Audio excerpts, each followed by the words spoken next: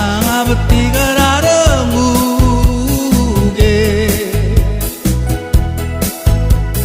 guk maurenga adidi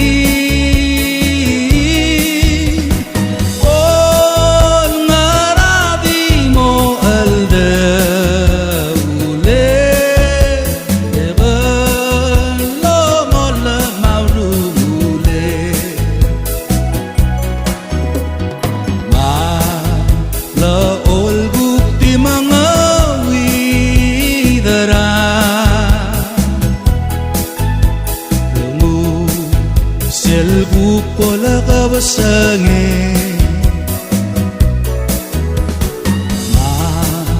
mga mararang ukara kaura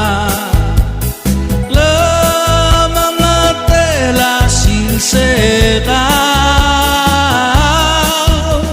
akmal dakam uba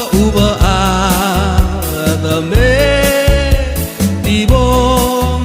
modong wirit yaldamu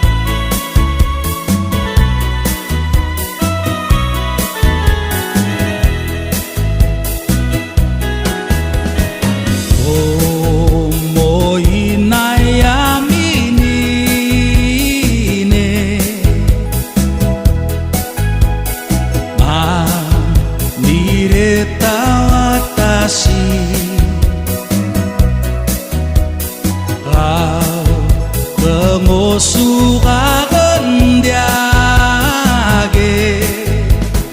om abura ebula endangula adalore ngaraga mek manjogi kiwale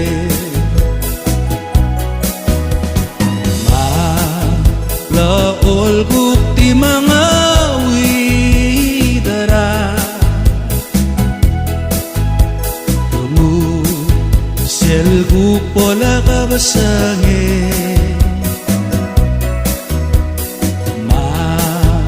mga mararang ukara kaura lamang na tela silseka